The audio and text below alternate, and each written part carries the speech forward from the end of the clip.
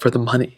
Now, if you have any sense of your brain, you should probably pick up the iPhone 13 Pro. This is the way better phone, but the iPhone 7 Plus, I mean, it's still supported with software. You can pick it up for much cheaper in the used market. So let's see let's just see how they stack up. If you want to pick up the iPhone 13 Pro or any other iPhones, I'd recommend. Links will be down in the description. You can pick them up from there. You can help support the channel at the same time. Now, side by side, you can definitely see that the iPhone 13 Pro is a smaller phone, but it has a bigger display. So you're actually getting a less bezel on the iPhone 13 Pro, which is great. The 7 Plus has a 5.5-inch IPS panel with, the panel itself isn't bad. It's just everything surrounding the bezel pretty much. I don't like the bezel. I don't like the home button really that much anymore. I love Touch ID, but it's a pretty, dated design for sure.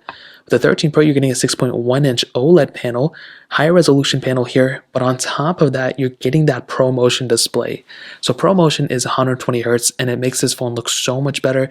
It feels so much smoother, and this is one of my favorite features of the 13 Pro series, and I think it is probably the number one reason to go from a 12 Pro to a 13 Pro, and in this case, I mean, going from a 7 Plus to a 13 Pro, there's a massive difference without a doubt. So that covers it up there.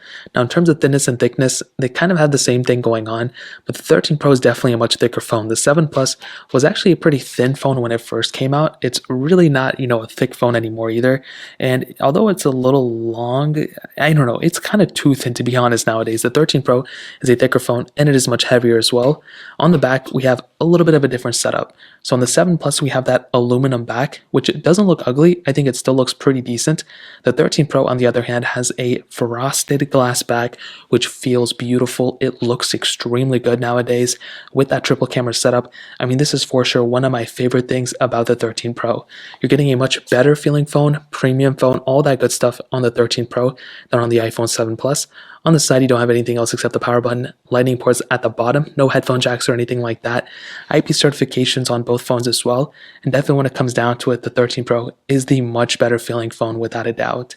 Now, another big thing to keep in mind is longevity.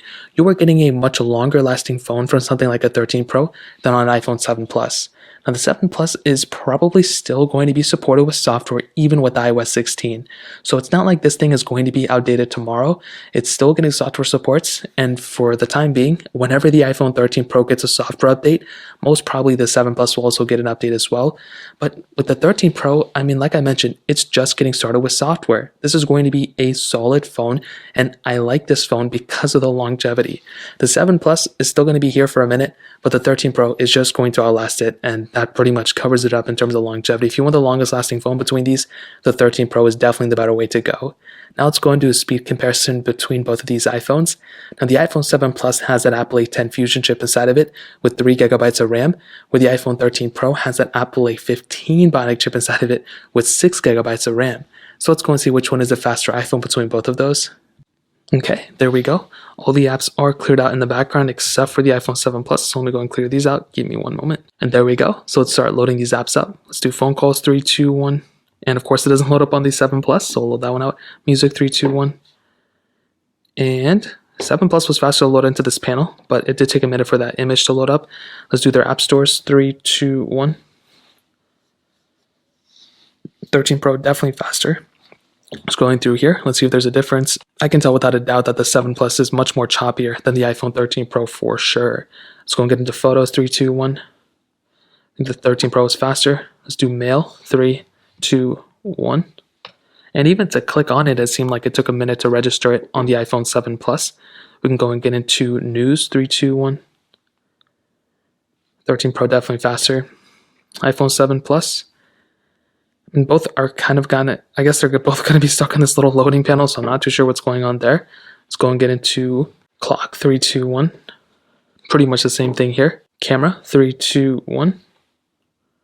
Pretty much the same thing as well. And of course, we have this little night mode option. So let's go and get into this little photo panel. And even on getting in the photo panel, it seemed faster on the iPhone 13 Pro. So that covers it up here. Now let's do a couple of these third-party applications that we always have on both iPhones. Let's get into it. Let's do Twitter, 3, 2, 1. And the 13 Pro is faster. iPhone 7 Plus a little bit behind. Let's do Instagram, 3, 2. Of course, it didn't load up on the 13 Pro as I would imagined. Netflix, 3, 2, 1. 13 Pro faster. 7 Plus a little bit behind. Quizlet, 3, 2, 1. 13 Pro faster. iPhone 7 Plus a little bit behind right there. Dropbox, I do not have here. So I'm going to get it to thank you. 3, 2, 1.